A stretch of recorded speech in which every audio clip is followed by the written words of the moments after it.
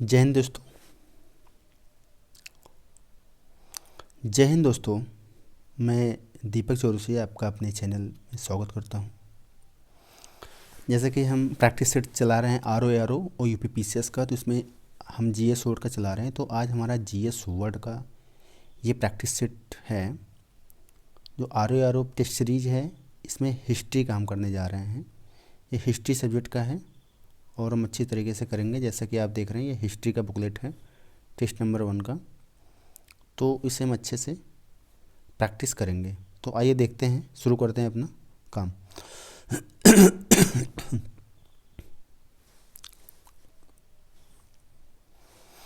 पहला क्वेश्चन हमारा ये कह रहा है कि मध्य पाषाण काल में पशुपालन के प्रमाण कहाँ से मिले हैं। इसी मोस्ट इम्पोर्टेंट क्वेश्चंस, जो मध्य पाषाण काल में पशुपालन के प्रमाण कहाँ से मिले हैं। तो पहला ऑप्शन है हमारा बीर भानपुर, दूसरा है लंकनाच, तीसरा है चोपनीमाडो, डी है आदमगढ़। कौन सा होगा इसमें? इसमें होगा हमारा ऑप्शन कौन सा होगा बताइए? इसमें हमारा होगा चौथा ऑप्शन। कौन सा होगा? आदमगढ़। अच्छा, ये आदमगढ़ है कहाँ पर बता सकते हैं? यह मध्य पाषाण काल में है और ये मध्य प्रदेश में है भी। कहाँ पर है? मध्य प्रदेश, एमपी में है। ये स्थान मध्य प्रदेश में है। पशुपालन के प्रमाण एक स्थान पर और मिले हैं जिसका नाम है, आप याद कर लीजिए, बागौर। क्या नाम है? बागौर। ये कहाँ पर है? राजस्थान में है। ये राजस्थान में है। 2 प्रमाण हैं। यहाँ के अकॉर्डिंग, हमारे ऑप्शन के अकॉर्डिंग हमें आदमगढ़ मिलता है। ठीक है, नेक्स्ट क्वेश्चन हम देखते हैं।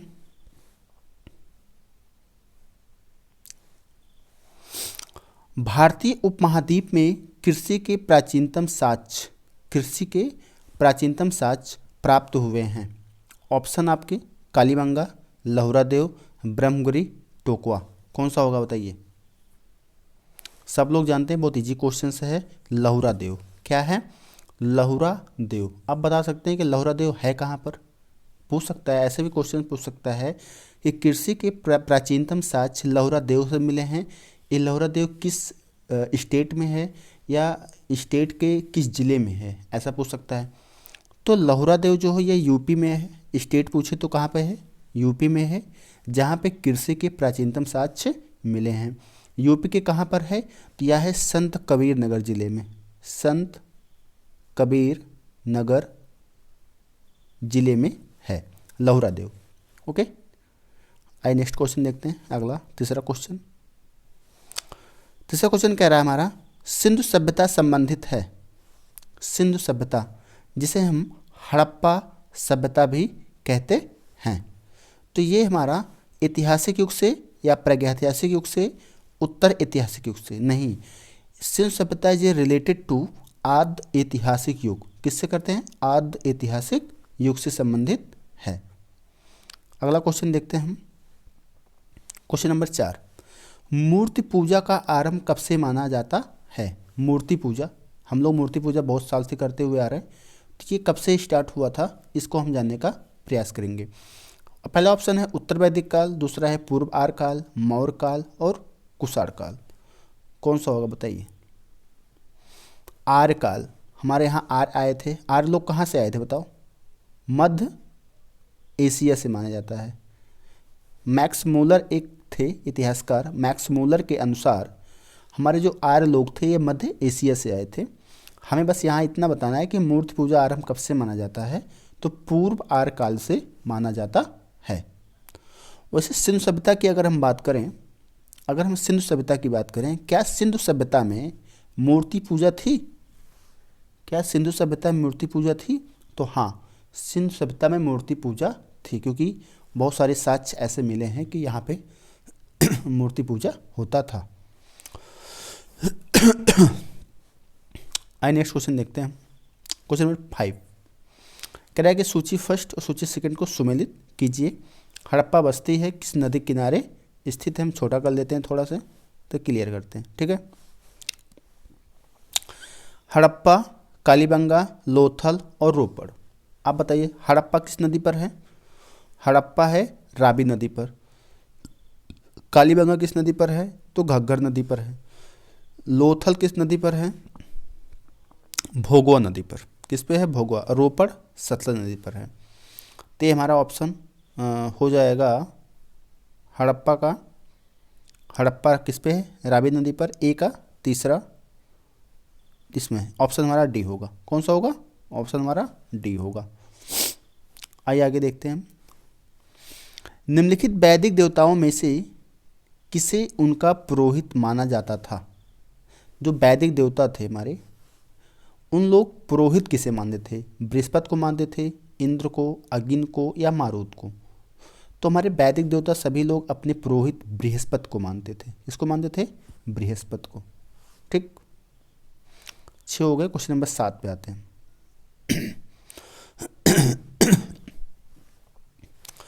बुद्ध की मृत्यु के पश्चात प्रथम बौद्ध संगीति की अध्यक्षता किसने किया था? प्रथम बौद्ध संगीति की अध्यक्षता किसने किया था? तो पहली बौद्ध संगीति, दूसरी, तीसरी, चौथी, 3 हुआ था। चौथा जो है ये कनिष्क काल में हुआ था।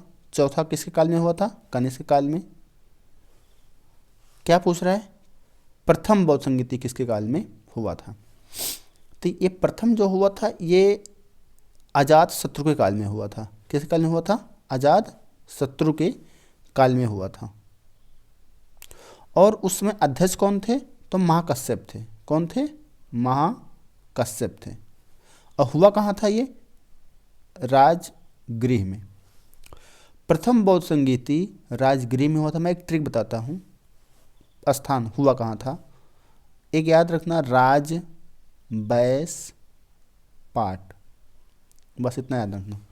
राज बैस पाट। राज से राजगिरी, बैस से वैशाली, पाट से पाटलिपुत्र। तो पहला कहाँ पे हुआ था? राजगिरी। वैस से सेकंड वैशाली, पाट से पाटलिपुत्र। तीसरा आपको पता है कुंडलबन कश्मीर में हो। चौथा कुंडलबन कश्मीर में हुआ था कनिष्क के काल में। ये हो गया, ये प्लेस आदि का ट्रिक है। ठीक, तो ये कब हुआ था? अजात शत्रु के काल में प्रथम बौद्ध संगीति हुई थी। महाकश्यप उसके क्या थे? अध्यक्ष थे, प्रथम वाले के। आगे देखते हैं। त्रिपिटक निम्नलिखित में से किससे संबंधित है? बताइए। किससे संबंधित है? हिंदू से तो है ही नहीं सकता, सिखों से तो हो ही नहीं सकता। ऑप्शन बताते हैं 2, जैन या बौद्ध। तो हमारा ऑप्शन होगा बौद्ध। त्रिपिटक कौन कौन थे? एक था विनय पिटक। देखते हैं, तीनों पिटक देख लेते हैं। एक था विनय पिटक, दूसरा था सुत्त पिटक, अगला है अधिधम्म पिटक। अधिधम्म पिटक। तो विनय पिटक, आप समझ रहे हैं कि विनय क्या होता है? विनय मतलब बहुत जो विनयशील हो, बहुत सुशील हो। तो एक जो नियम और आचरण को माने, आचरण की शिक्षा, उसमें विनय पिटक का। विनय पिटक में क्या था? नियम व आचरण शिक्षा था। किसमें? विनय पिटक में। सुत्त पिटक में धार्मिक सिद्धांत थे कुछ, कैसे रहना है कैसे नहीं रहना है, धार्मिक सिद्धांत थे। और अभिधम्म पिटक में दार्शनिक सिद्धांत था। क्या था? दार्शनिक सिद्धांत थे अभिधम्म पिटक में। ठीक, तो इसमें क्वेश्चन के अनुसार हमारा क्या होगा? बौद्ध होगा। Next question number 9। भगवान महावीर का प्रथम शिष्य कौन था? सभी लोग जानते हैं जमाली है, और इसमें कोई नाम है ही नहीं। जमाली जो है प्रथम शिष्य हैं। क्वेश्चन नंबर 10 कह रहा है पाटलिपुत्र को किस शासक ने सर्वप्रथम अपनी राजधानी बनाई थी? इसे बनाया था उदयन ने। कौन बनाया था? उदयन ने बनाया था। उदयन किस वंश का है? हर्यक वंश का। हर्यक वंश का उदयन कौन है? हर्यक वंश का है। तो उदयन ने जो किया था, इसने ही पाटलिपुत्र को अपनी राजधानी बनाया था। ओके, वैसे पाटलिपुत्र जो है किस नदी पर है?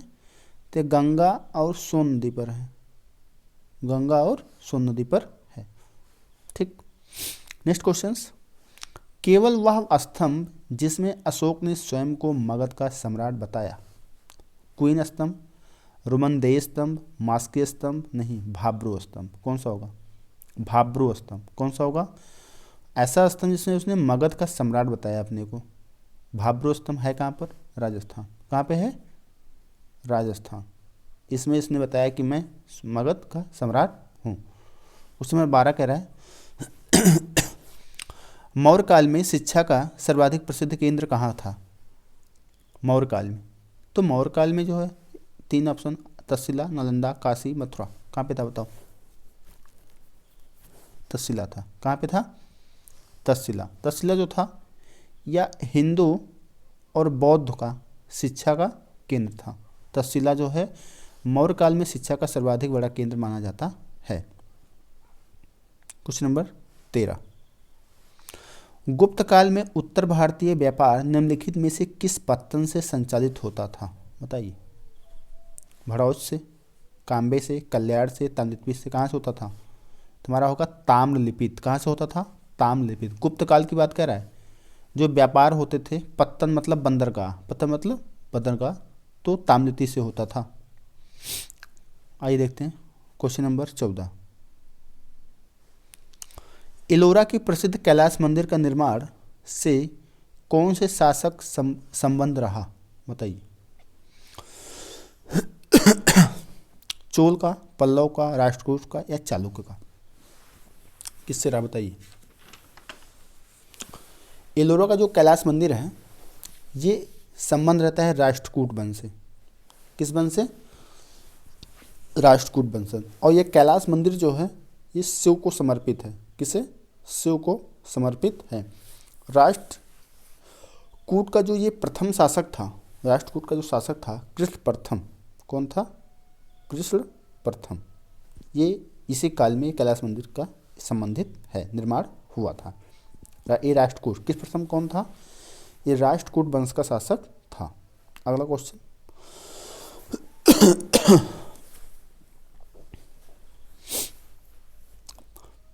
सुमिलित करना है आपको। इसमें कुछ राइट विद्वान हैं और उनके द्वारा लिखी गई कुछ किताबें हैं, हमें इसे लगाना है। तो इसमें पहला है ब्राह्मीर। तो ब्राह्मीर का क्या हो जाएगा बताओ? ब्राह्मीर ने लिखा था बृहत संहिता। क्या लिखा था? बृहत संहिता लिखा था। अगर हम विशाख दत्त की बात करें तो विशाख दत्त जो थे देवी चंद्र गुप्त इसे लिखे थे। ठीक है, विशाख दत्त। शूद्रक सभी लोग जानते हैं, मृच्छ कटकम, मृच्छ कटकम। बिल्हड़ का क्या हो जाएगा? ब्रह्मांक देव चरित, पांचवा ऑप्शन, ब्रह्मांक देव चरित। तो इसके अनुसार मिलाते हैं अगर हम, तो वराहमिहिर क्या हो जाएगा? बृहत संहिता अर्थात ए का तीसरा, और विशाख दत्त का देवीचंद गुप्तम अर्थात चौथा, बी का चौथा, ये भी ऑप्शन है। सी का, तो ये हमारा हो जाएगा ऑप्शन ए। क्या हो जाएगा? ऑप्शन ए हमारा आंसर हो जाएगा। ठीक है। क्वेश्चन नंबर 16, निम्नलिखित में से किस महिला ने सर्वप्रथम कांग्रेस को संबोधित किया? बताओ। कादम्बनी, सुजय नायडू, एनी बेसेंट, इनमें से कोई नहीं। इसमें प्रथम महिला ऐसी थी जो संबोधित किया था, कादम्बनी।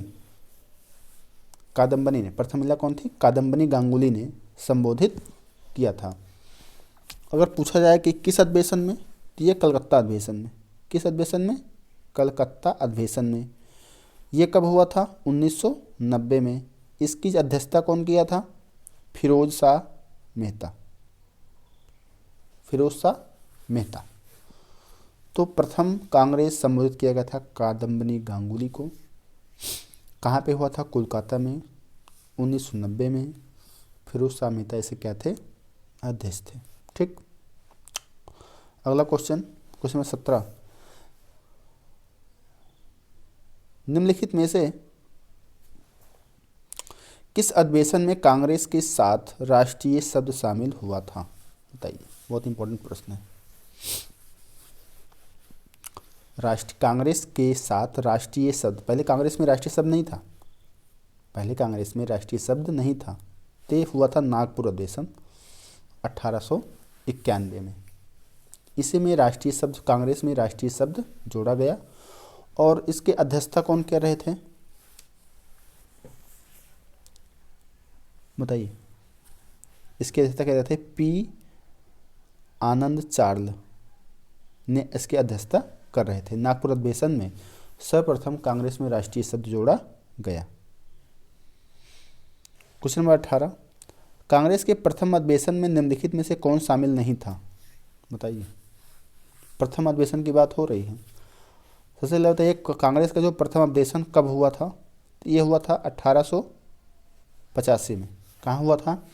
एक स्कूल था, संस्कृत विद्यालय था, जिसका नाम था गोकुलदास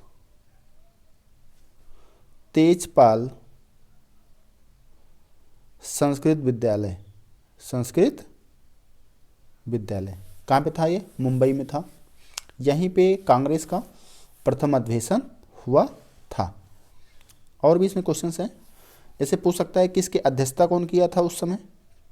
तो WC बनर्जी ने किया था अध्यक्षता। इसमें कितने सदस्य भाग लिए थे? तो 72 सदस्य भाग लिए थे। तो हमारा पूछ क्या रहा है कि इसमें से कौन शामिल नहीं था? तो पहला है दादा भाई नौरोजी शामिल थे, फिरोज शाह मेहता भी शामिल थे, दिनेश वाचा भी शामिल थे। इसमें मोहम्मद अबुल कलाम आज़ाद शामिल नहीं थे।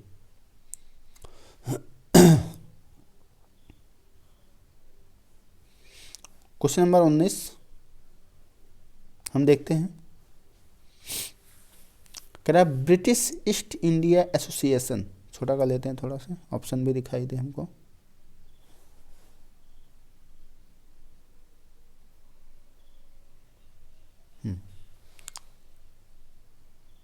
ठीक, कह रहा है ब्रिटिश ईस्ट इंडिया एसोसिएशन, दूसरा है Indian League, East India Association, land holders. Land holders, तो इसमें British East India Company Radhakanta Dev हैं। कौन है? इंडियन लीग की स्थापना कौन किया था? शिशिर कुमार घोष ने किया था। शिशिर कुमार घोष ने किया था। ईस्ट इंडिया एसोसिएशन की स्थापना दादा भाई नौरोजी ने किया था। और लैंड होल्डर सोसाइटी की स्थापना द्वारकानाथ टैगोर ने किया था। तो इसके अनुसार हमारा ऑप्शन क्या होगा? ए होगा। ठीक, अगला क्वेश्चन,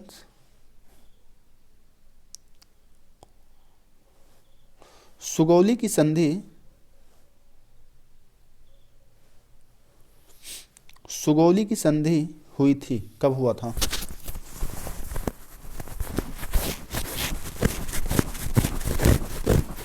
अठारह सौ 15। कब हुआ था?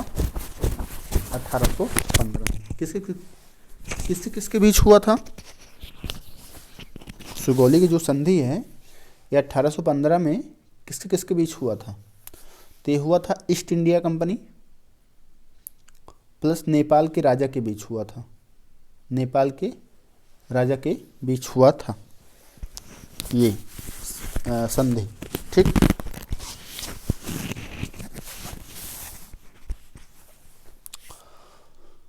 अगला क्वेश्चन देखते हैं हम 21। कह रहा है 18वीं सदी के बंगाल में वस्त्र उद्योग के पतन के क्या कारण थे? मतलब जो बंगाल में वस्त्र उद्योग का पतन हो गया, इसके रीजन क्या थे? उत्पादन की गुणवत्ता में कमी नहीं, कच्चे माल की अनुपलब्धता, सब कुछ भरा था वहाँ पे। कारीगरों की, ये भी थे, ये भी नहीं होगा। ब्रिटेन को निर्यात करने वाले माल पर उच्च तटकर लग जाते थे। हम जितने में सामान किसी को बनाते थे इतना उस पर तटकर था, टैक्स कर लग जाता था इतना ज़्यादा, किसी वजह से वहाँ पे उद्योग पतन हो गया। ठीक, क्वेश्चन नंबर 22। 1920 में निम्नलिखित में से किसने अपना नाम परिवर्तित कर स्वराज सभा रख लिया? बताइए, स्वराज सभा रख लिया। तो इसमें हमारा ऑप्शन होगा option A, all India home rule league. वैसे होम रूल लीग की स्थापना कौन किया था? तिलक ने किया था और एनी बेसेंट ने भी किया था। इसका उद्देश्य ही था होम रूल लीग का कि स्वशासन की मांग करना। इसे 1920 में क्या किए इन लोग? 1920 में इसे बदल दिए, इसका नाम रख लिए इन्होंने स्वराज सभा। ठीक। क्वेश्चन नंबर 23, 19वीं शताब्दी के उत्तरार्ध में नव हिंदूवाद के सर्वश्रेष्ठ प्रतिनिधि कौन थे? बताइए। स्वामी विवेकानंद। स्वामी विवेकानंद इसलिए थे, स्वामी विवेकानंद ने रामकृष्ण मिशन की स्थापना किया। रामकृष्ण मिशन की स्थापना कौन किया है? स्वामी विवेकानंद ने। राजा राम मोहन राय जो थे, इन्होंने ब्रह्म समाज की स्थापना किया है। ब्रह्म समाज की स्थापना। बंकिम चंद्र चटर्जी की अगर हम बात करें तो आनंद मठ, आनंद मठ इन्हीं की बुक है। ठीक। ते मरे हुए ऑप्शंस। अगला question, question number 24, east India company के द्वारा प्रथम व्यापारिक केंद्र की स्थापना कहाँ की गई थी? बताइए। ईस्ट इंडिया कंपनी की जो स्थापना किया गया था, सर्वप्रथम कहाँ किया गया था? तो ये किया गया था सूरत में। कहाँ पे किया गया था? सूरत में। सर्वप्रथम सूरत में किया गया था। क्वेश्चन नंबर 25, यूरोपीय कंपनी को आने वाले क्रम को व्यवस्थित कीजिए। मतलब कैसे, किस तरीके से, कौन सबसे पहले आया, कौन बाद में गया, जैसा भी है उसका क्रम एक बताना है। तो सबसे पहले आए थे पुर्तगाली। कौन आया था? पुर्तगाली। कब आया था ये? 1498 में। उसके बाद आए अंग्रेज, उसके बाद आए डच, उसके बाद आए फ्रांसीसी। याद करिए, पुर्तगाली, अंग्रेज, डच, फ्रांसीसी, सबका डेट फिक्स है। अंग्रेज पुर्तगाली कब आए? 1498 में। अंग्रेज कब आए? 1600 में। डच कब आया? 1602 में। फ्रांसीसी आए 1664 में। ये हमारा हुआ क्रम। ठीक। ऑप्शन ए हमारा होगा आंसर। क्वेश्चन नंबर 26, राजा राम मोहन राय को राजा की उपाधि किस मुगल शासक ने दिया था? बताइए। बताओ।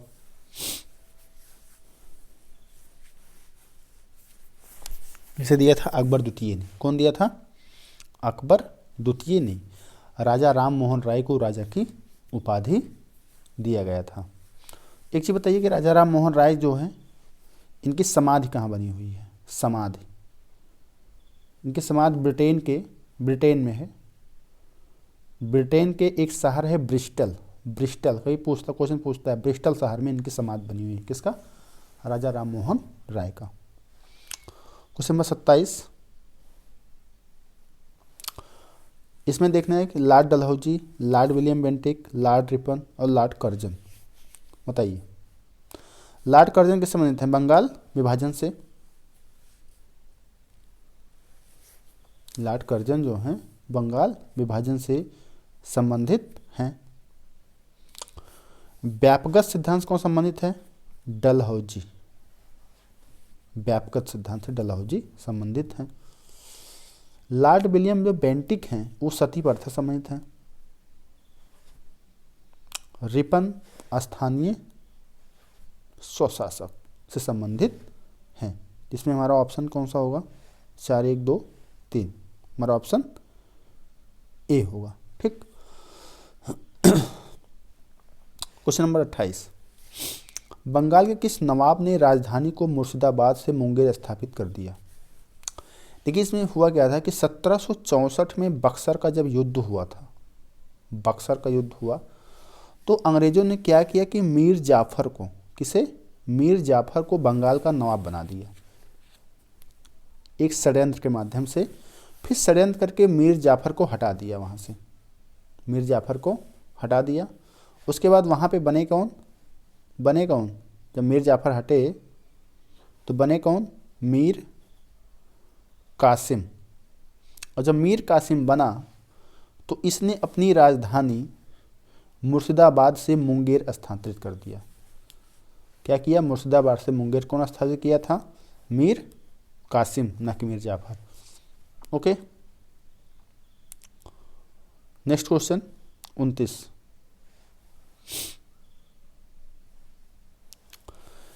ये युद्ध हुए थे प्रथम आंग्ल मैसूर, द्वितीय आंग्ल मैसूर, तृतीय आंग्ल मैसूर, चतुर्थ आंग्ल मैसूर।